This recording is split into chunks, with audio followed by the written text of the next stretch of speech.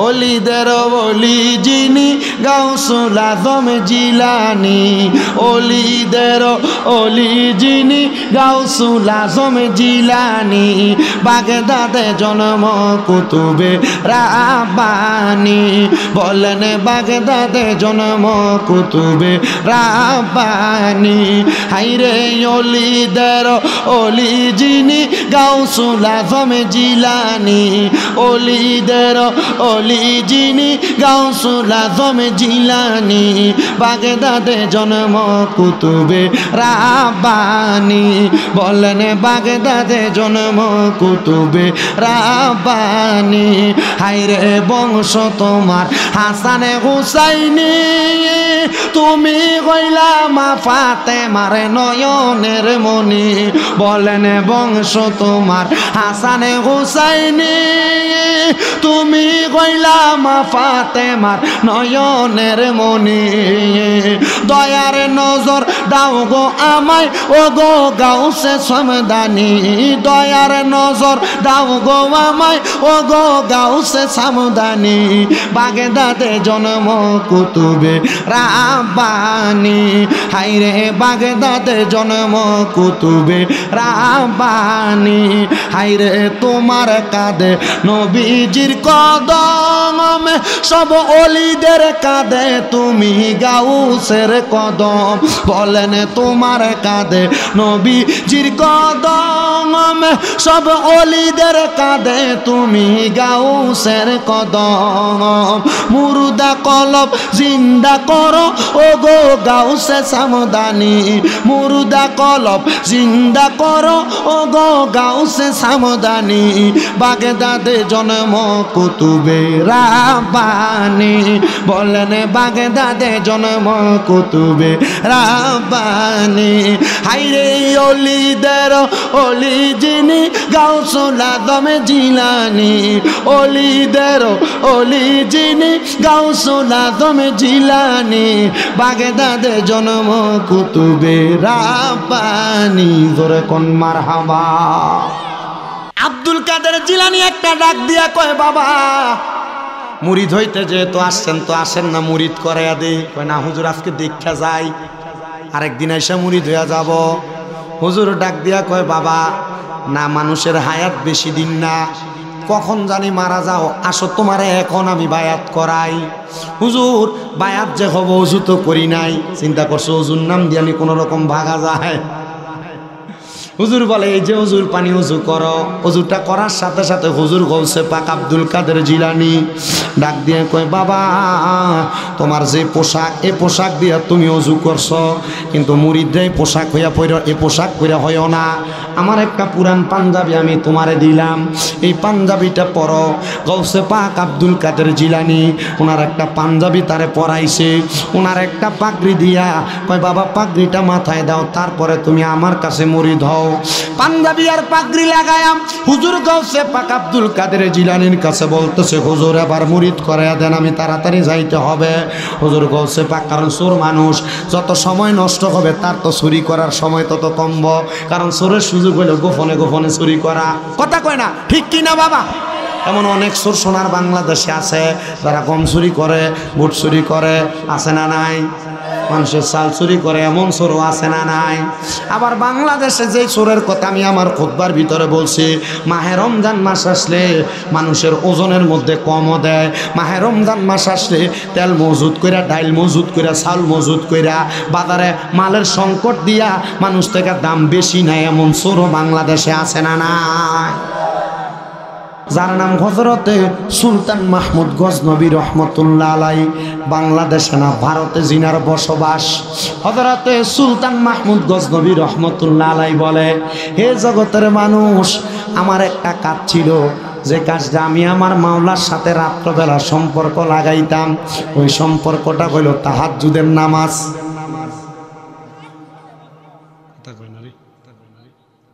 কি নামাজ এ তাহাজ্জুদের নামাজের একটা অভ্যাস করার সময় আসতেছে রমজান মাস কেমনে শোনেন আপনি একটু প্যান্ডেলের বীজ কমান বীজটা কমে সাউন্ড আমার কানে দেন মাহে রমজান মাসে সাহরি করার পর ফজরের নামাজের আগ পর্যন্ত দেখবেন অনেক সময় বাকি থাকে, আপনি ঘোরাফেরা করেন, এজন সেজনের ঘরে যান, ফজরের নামাজের অপেক্ষা করেন। আমি বলবো ও রাজকান্দি এলাকার বড় খোলার বাবারা, এই সময়টা এলোমেলোভাবে না গুইরা তোমরা মাহে রমজান মাসে সাহারি করার পরে একবারে ফজরের নামাজের আগ পর্যন্ত যে সময়টা থাকবে, কষ্ট করে পারলে ঘরে, না পারলে মসজিদের ভিতরে 2 রাকাত করে করে 12 রাকাত তাহাজ্জুদের নামাজ পড়বা। মনে রাখবারে বাবা, রমজান মাসের এক একটা সেকেন্ড, এক একটা মিনিট, এক একটা ঘন্টা, এক একটা দিন, এক একটা বেলা বান্দার কাছে বড় মূল্যবান হওয়ার দরকার। কারণ আমার আল্লাহ কয়, এই যে মাসটা চলতেছে শাবান মাস, এই মাসে আমি আল্লাহ তাআলা বান্দার জীবনের গুনাহ মাফ করি, আর মাহে রমজান মাসে আমি আল্লাহ তাআলা বান্দারে পবিত্র ভাগ বানাই। জোরে কোন সুবহানাল্লাহ। এ মুসলমান, আল্লাহর বান্দা হযরতে সুলতান মাহমুদ বলে, জগতের বান্দার দলেরা, আমি যখন নামাজ আদায় করতাম, নামাজ আদায় করার জন্য 5 ওয়াক্ত আমি 5 ওয়াক্ত ওযু বানাইতাম, যদিও আমার ওযু থাকতো। সুলতান মাহমুদ গজনবী গো, আপনার কাছে জানতে চাই, ওযু থাকার সত্ত্বেও কেন আপনি ওযু করতেন? উনি বলে, ওযু করার কারণে বান্দার সগীরা গুনাহগুলা বারবার করলে বারবার জইরা পইরা যায়, এজন্য বেশি বেশি ওযু করার দরকার, বেশি বেশি ওযু করবেন। হযরত সুলতান মাহমুদ গজনবী কয়, আমি ফজর, যোহর, আসর, মাগরিব, এশা এ 5 ওয়াক্ত নামাজ ছাড়া আরেকটা নামাজ পড়তাম, যেটার নাম তাহাজ্জুদের নামাজ। আমি যখন তাহাজ্জুদের নামাজ আদায় করতাম, আমি তাহাজ্জুদ পড়ার জন্য আমি নদীর প্রবাহিত পানি, হাদিস শরীফের ভাষায় যেই পানিরে বলে মায়ে দায়েম, মানে প্রবাহিত পানি, আমি ওই পানিতে ওযু করার জন্য যাইতাম। আমি নদীর সামনে যাইয়া ওযু করে চলে আসব। এমন টাইমে দেখলাম রাস্তা দিয়ে 4 জন ব্যক্তি হাঁটা চলা করতেছে। আমি মনে মনে চিন্তা করলাম, হাই রে, এতদিন আমি সুলতান মাহমুদে চিন্তা করতাম আমি মনে হয় একা একা তাহাজ্জুদ নামাজ পড়ি, কিন্তু দেখা যায় আমি একা একা তাহাজ্জুদের নামাজ পড়ি না, আমার এলাকার অনেক মানুষ তাহাজ্জুদের নামাজ পড়ে। সুলতান মাহমুদ গজনবী কয়, দেখছনি 4 জন ব্যক্তি হাইটা যায়, কিন্তু ওই 4 জন ব্যক্তি হাইটা যায় আর কয়, আজকে আমরা আসছি সুলতান মাহমুদ গজনবী বাদশার বাড়িতে চুরি করবার লাগা। ওই দেখ নদীর পারে আরেকজনরে দেখা যায়, আমরা তো 4 জন চুরি করতে আসছি, আর এর কত বড় সাহস, একা একা আসছে চুরি করবার লাগা। আপনারা কি আমার ওয়াজটা বুঝতেছে? কি বুঝায় একটু একটু কষ্ট করে শুনুন। সুলতান মাহমুদ গজনবী গেছেন নামাজের ওযু করার জন্য, উনি 4 জনকে দেখা বলতেছে, দেখছো আমি এতদিন মনে করতাম আমি একা একা নামাজ পড়ি রাত্রবেলা, না দেখি আমার এলাকায় 4 জন লোক নামাজ পড়ে, আর এই 4 জন আজকে এই সুলতান মাহমুদ বাদশার বাড়িতে চুরি করার জন্য। এই 4 জন বলতেছে, দেখছো আমরা তো 4 জনে মিলে চুরি করতে আইছি, এর কত বড় সাহস এক আজকে চুরি করতে। তার মানে যেই ব্যক্তি যেমন তার চিন্তাও, যে ব্যক্তি যেমন তার চিন্তাও এমন। চা দোকানে বৈশা দেখবেন এক জাত মানুষ এলাকার মানুষের সমালোচনা করে,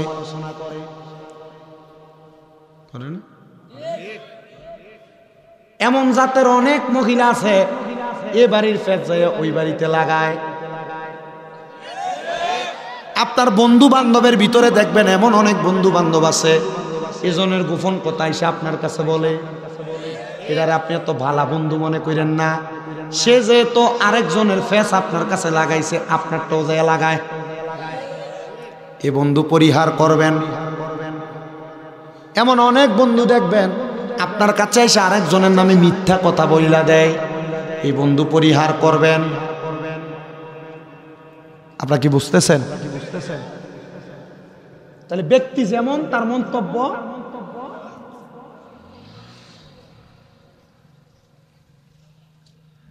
সুলতান মাহমুদ গজনবী আবার নদীর পাড় থেকে উঠছেন। সুলতান মাহমুদ গজনবী এ 4 জনকে দেখা জিজ্ঞাসা করে, তোমরা এখানে কেন আসছো? এই 4 জন জবাব দেয়, আপনার যেই কাজ আমাদের সেই কাজ। আপনার যেই কাজ, আপনার 4 জন এনে দাঁড়িয়ে থাকলে ওই মানুষ আপনার দিকে চাইয়ে থাকে।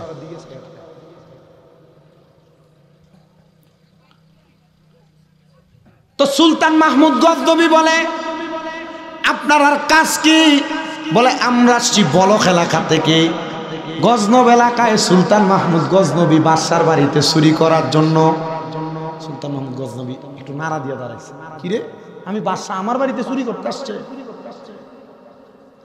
উনি এই কথা চিন্তা করে জিজ্ঞাসা করে, এ 4 চোর, তোমরা যে চুরি করতে আসছ, তোমরা যা চুরি করবা কে বেশি নিবে কে কম নিবে? বলে না, কেউ বেশি নিবে না, কেউ কম নিবে না, আমাদের 4 জনের সমান ভাগ। বলে সমান ভাগ নিতে হইলে হয়তো সমান কষ্ট করা লাগে, ঠিক না?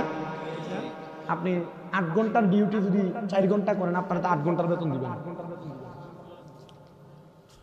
বলে আমরা 4 জনের 4টা অলৌকিক ক্ষমতা আছে, যেই ক্ষমতার কারণে আমরা সমান ভাগে নিয়ে যাই।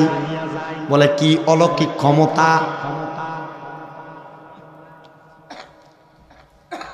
বলে কি অলৌকিক ক্ষমতা? বলে 100 ডাক দিয়া বলে চুরি করতে গেলে 1 নাম্বার বিপদ, সব বাড়িতে একটা না একটা কুত্তা থাকে।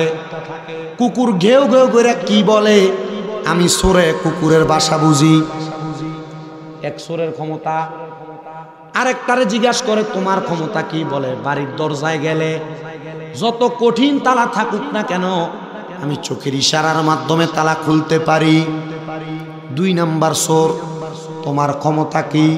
বলে আমার ক্ষমতা ঘরে প্রবেশ করার পরে ঘরের কোন জায়গায় কি আছে নাকের ঘ্রাণ টান দিলে আমি সেটা বলতে পারি। 4 নাম্বার চোর, তোমার ক্ষমতা কি? বলে আমার ক্ষমতা আমি রাত্রবেলা যারে দেখি দিন হইলে তারে চিনি। 4 চোর বলে আপনি তো একা একা আসছেন চুরি করতে, চলেন আমরা একসাথে চুরি করি। তবে চুরি করার আগে আপনি বলেন আপনার ক্ষমতা কি? উনি বলেন আমার ক্ষমতা, আমি ডাইন দিকে তাকাইলে ফাঁসির আসামি মাফ, আমি বাম দিকে তাকাইলে জেল হাজত মাফ, এজন্য আমার এই ক্ষমতা। 4 চোরে বলতেছে চুরি ধরা খাইলে হয় ফাঁসি দিব নয় জেল হাজত দিব, আমরা আপনাকে দরকার, চলেন আমরা 5 জন একসাথে চুরি করতে যাই। 5 জন একসাথে বাদশার বাড়িতে প্রবেশ করছেন। এই টাইমে বাদশার বাড়ির দরজার কুকুর ঘেউ ঘেউ করে ডাক দিতেছে। বাদশা নিজেই তো চোর সাজছে তাদের সাথে, বলতেছে কুকুর কি বলছে তুমি বলো। কুকুর বলতেছে আমরা 4 চোর অপরিচিত বাড়ির মালিক রে লই আমরা চুরি করতে যাই। কুকুরটা মনে হয় বোঝে না, এলোমেলো বলে। আসলে কুকুর বোঝে কি বোঝে না? বোঝে বিদায় বলছে এটা তো আসলে বাড়ির মালিক সুলতান মাহমুদ গজনবী। এই কথা অবজ্ঞা করে 4 চোর সুলতান মাহমুদ গজনবীরে নিয়ে প্রবেশ করছেন ওনার বাড়িতে চুরি করার জন্য। যখন প্রবেশ করছে, প্রবেশ করার সাথে সাথে তালাটা খুলতেছে। তালা খোলার পরে 3 নাম্বার চোর নাকের সুগান পায়া বলে এই ঘরে স্বর্ণ গয়না, এই ঘরে মণিমুক্তা, এই ঘরে জহরত, এই ঘরে অর্থগুলা আছে, সবগুলা একসাথে বাইন্দা তারা একটা ঘরে ঢুকাইয়া এক ঘরে রাখছে, নিয়ে বের হবে। এমন টাইমে চারদিকে আজান হয়ে গেছে। তারা বলতেছে রাত্রে আজান শেষ হোক তারপর আমরা বের হব।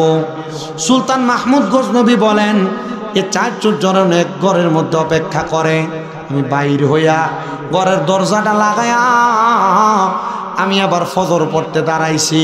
ফজরের নামাজটা পইরা আমি রাজকার্য পরিচালনা করার জন্য আমার চেয়ারে বসছি। 4 চোরকে দইরে আনতে যখন বললাম, ওই 4 চোরকে কাঠগড়ার মধ্যে দাঁড় করানো হয়েছে। 3 চোর চোখের পানি ফালায়া ফালায়া কান্দে, হাইরে বাদশার বাড়িতে চুরি করতে আইসা ধরা খাইছি, আজকে নয় ফাঁসি হইব নচেত আমাদের গর্দান যাবে, হাত কাটবে। কিন্তু 1 চোরে মুস্কি মুস্কি হাসে। কান্দে কইছো, 1 চোর হাসে। 4 চোরের 4 ক্ষমতা ছিল।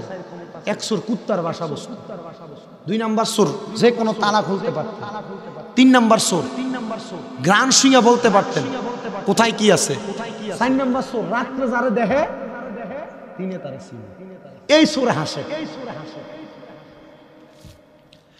হযরত সুলতান মাহমুদ গজনবী প্রশ্ন করে, এ বেটা তিনজন কান্দে তুমি কেন হাসো? সে ডাক দিয়া কয়, হুজুর রাত্রবেলা আমরার সাথে একসাথে রাত্র কাটাইয়া চুরি কইরা। কেমনে গো? আমরা তিনজন চারজন রে আপনি আনলেন বিচার করার জন্য। তিনজন অবাক, কি রে তাহলে উনি বাদশা, আমরা বাদশারও লয়ে গেছি বাদশার চুরি করতে।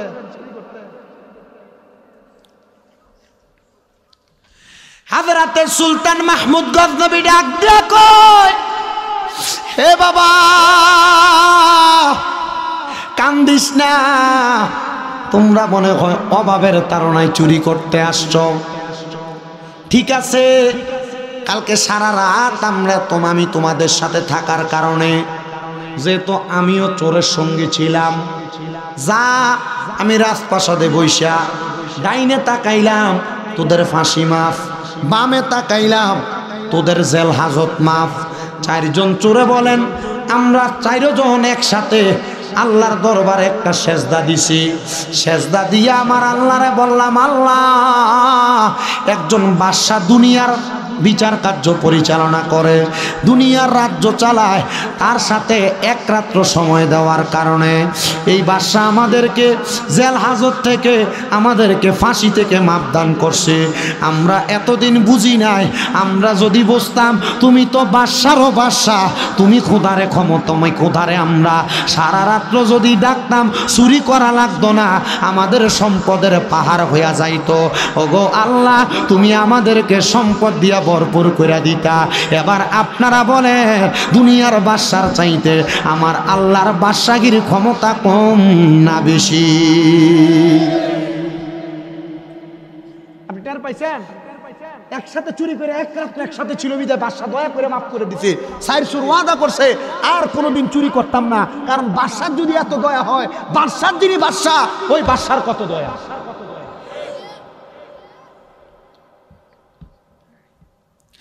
আমার মুসলমানেরা, আমি আজকে আপনাদের কাছে এই তিনটা ঘটনা করি।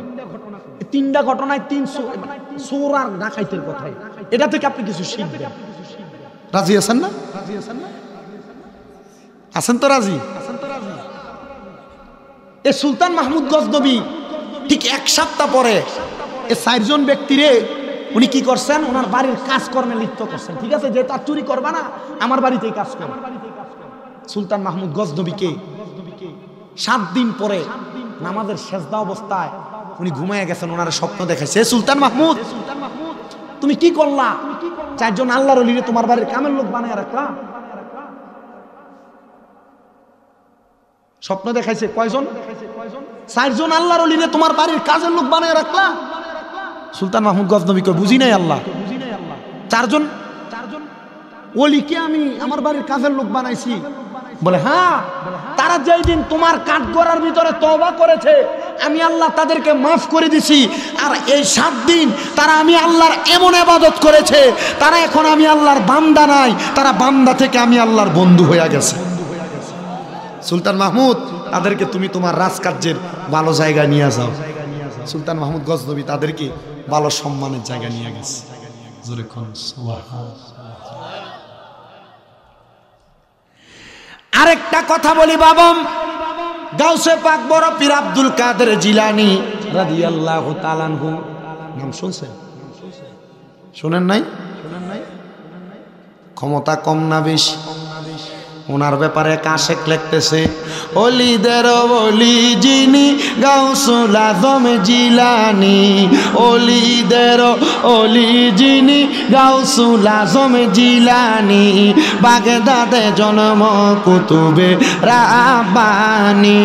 বলেন বাগদাদে জন্ম কুতুবে রাব্বানী। হাইরে ওলিদের ওলি যিনি গাউসুল আজম জিলানী, ওলিদের ওলি যিনি গাউসুল আজম জিলানি বাগদাদে জন্ম কুতুবে রাব্বানি বলেন বাগদাদে জন্ম কুতুবে রাব্বানি হায়রে বংশ তোমার হাসান হুসাইনি তুমি কইলা মা ফাতেমার নয়নের মনি বলেন বংশ তোমার হাসান হুসাইনি তুমি কইলা মা ফাতেমার নয়নের মনি দয়ার নজর দাও গো আমায় ও গো গাউসে সমদানি দয়ার নজর দাও গো আমায় ও গো গাউসে সমদানি বাগদাদে জন্ম কুতুবে রাব্বানি হায়রে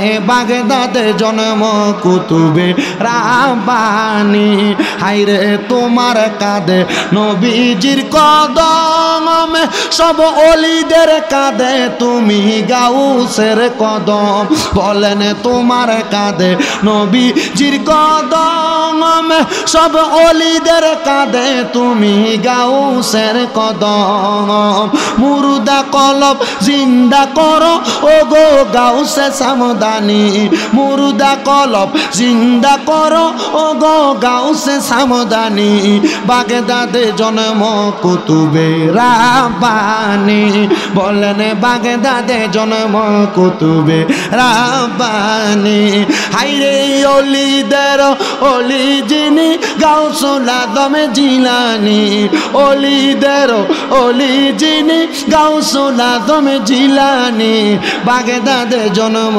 কুতুবে রাব্বানি জোরে কোন মারহাবা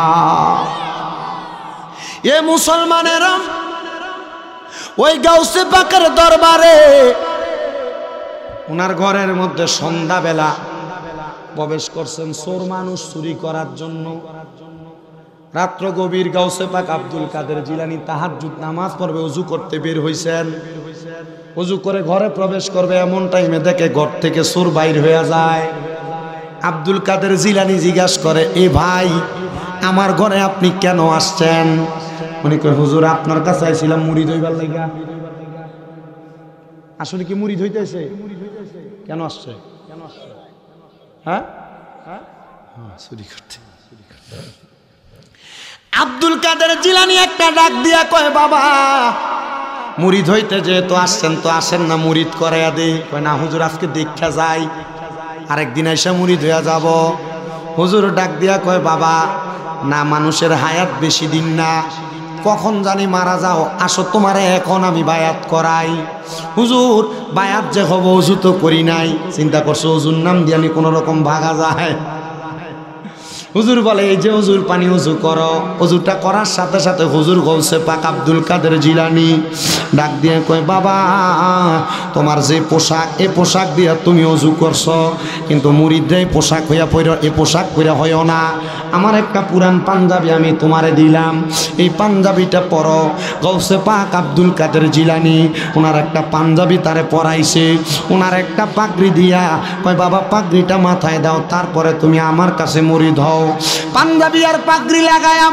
হুজুর গাউসে পাক আব্দুল কাদের জিলানীর কাছে বলতেছে হুজুর এবার মুরিদ করাইয়া দেন আমি তাড়াতাড়ি যাইতে হবে হুজুর গাউসে পাক কারণ চোর মানুষ যত সময় নষ্ট হবে তার তো চুরি করার সময় তত কমব কারণ চোরের সুযোগ হলো গোপনে গোপনে চুরি করা কথা কয় না ঠিক কি না বাবা এমন অনেক চোর সোনার বাংলাদেশে আছে যারা গম চুরি করে বুট চুরি করে আছে না নাই মানুষের চাল চুরি করে এমন চোরও আছে না নাই আবার বাংলাদেশে যেই চোরের কথা আমি আমার খুতবার ভিতরে বলছি মাহে রমজান মাস আসলে মানুষের ওজনের মধ্যে কমও দেয় মাহে রমজান মাস আসলে তেল মজুদ কইরা ডাইল মজুদ কইরা চাল মজুদ কইরা বাজারে মালের সংকট দিয়া মানুষ থেকে দাম বেশি নেয় এমন চোরও বাংলাদেশে আছে না নাই আছে এই রমজান মাস আসলে সোনার বাংলাদেশের সোনার ছেলেরা তখন মালকে মজুদ করে মালের দাম বাড়াইবে কথা কয় না মিডল ইস্ট সহ সৌদি আরব বলেন দুবাই বলেন আবুধাবি বলেন বিভিন্ন দেশের মাহে রমজান উপলক্ষে ব্যবসায়ীরা ব্যবসায় লাভ না করিয়া মানুষকে ফ্রিতে মাল দেয় ফ্রিতে অনেক ব্যবসায়ীরা দেয় কারণ আমার বাংলাদেশিরা চিন্তা করে কি রমজান মাসে বেশি লাভ করতে ঈদের সময় গাড়ি ভাড়া বাড়ায় দেয় রমজান মাসে গাড়ি ভাড়া বাড়ায় দেয়। কি লেগে বাড়াইছ? ঈদ না, বোনাস আর বাপ দাদার সম্পদ। বোনাস কি মানুষ থেকে চাইয়া নেয় না, উজ্জা দেয়, নিচ থেকে দেয় না?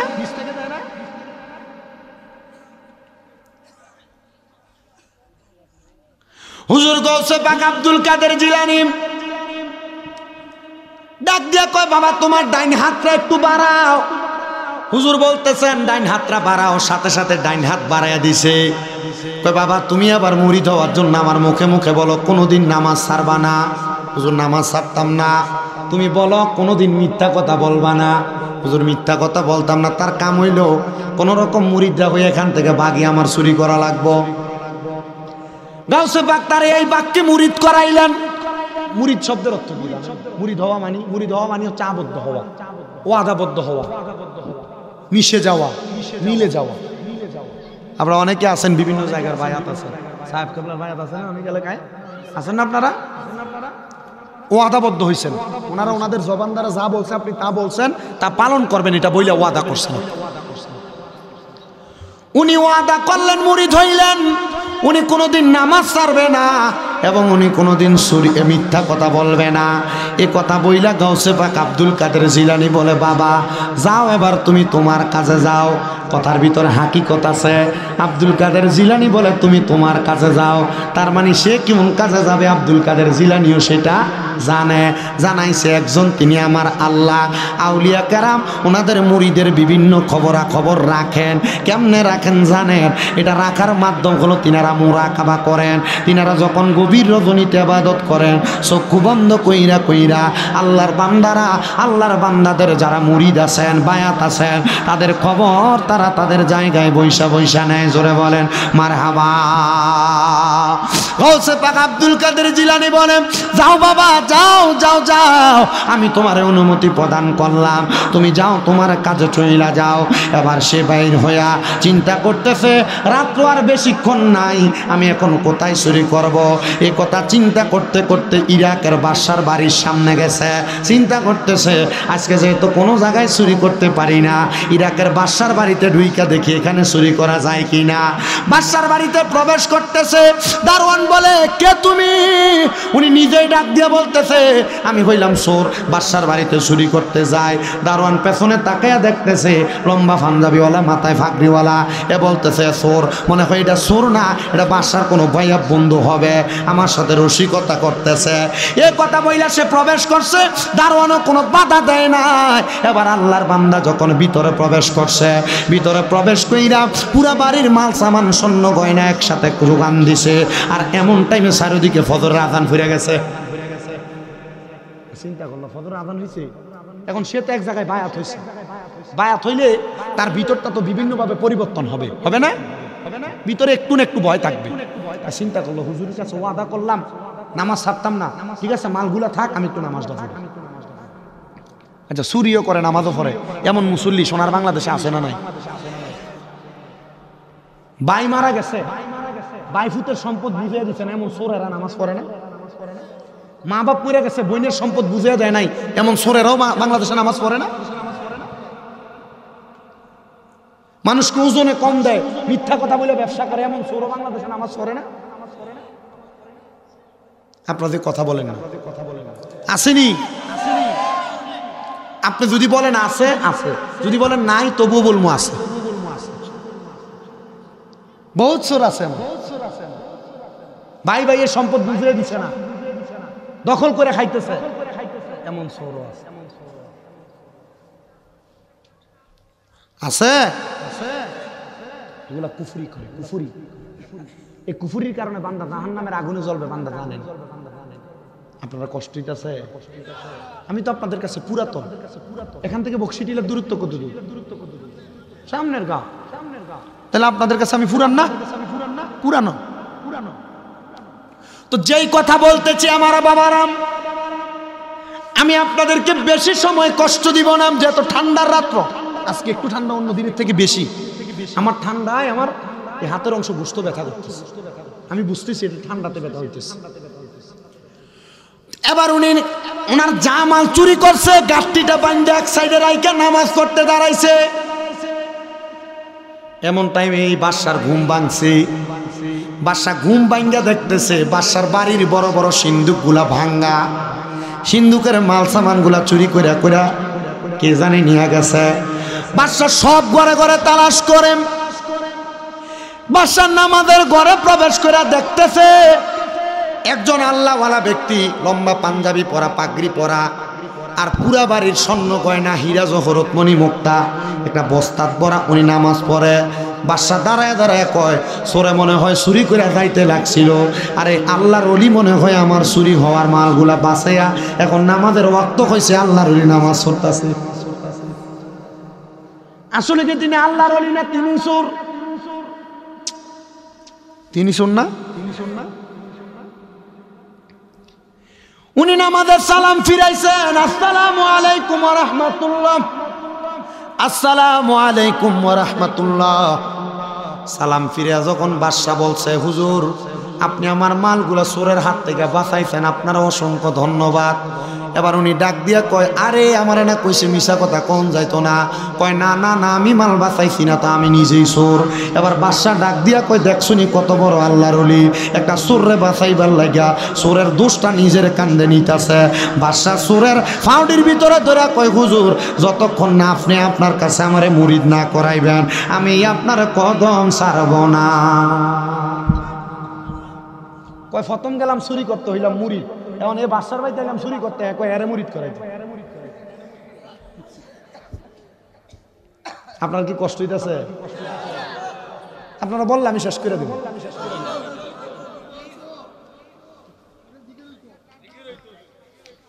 আজকে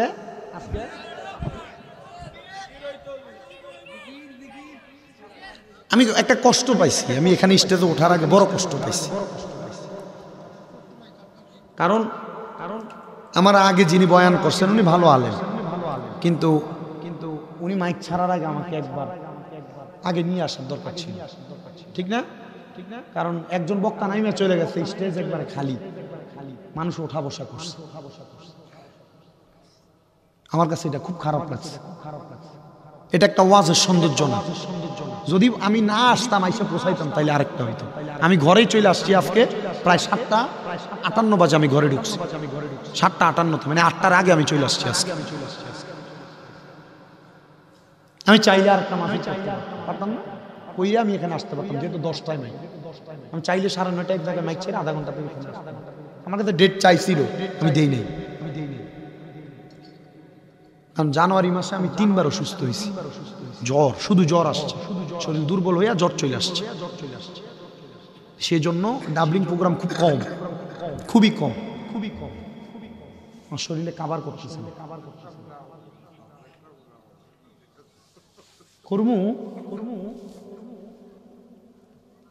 আমি কিন্তু আজকে ডাইনে বামে কথা বলতেছি না, টানা ওয়াজ করতেছি, ঠিক না?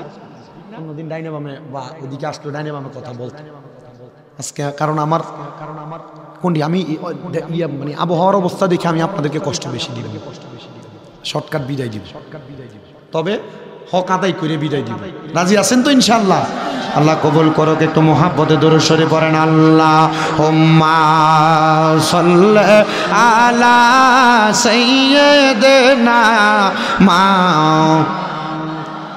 মুহাম্মাদ ওয়া আলা আলি সাইয়্যিদিনা।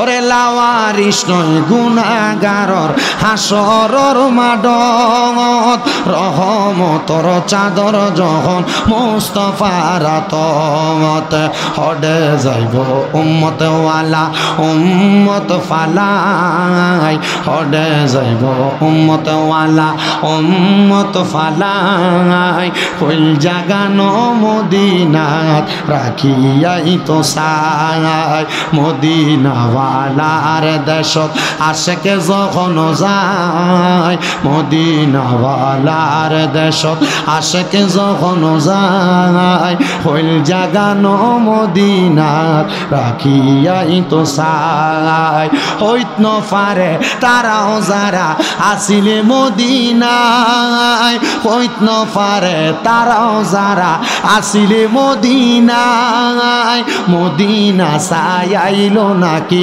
সায়াইলো জান্নাত খোদার দুনিয়া তার সাইবার কিছু নাই খোদার দুনিয়া তার সাইবার কিছু নাই কইল জাগানো মদিনা রাখিয়াই তো চাই একটা জবান বন্ধ রাখবেন না জবান খুলে জোরে জোরে পড়েন আল্লাহু আকবার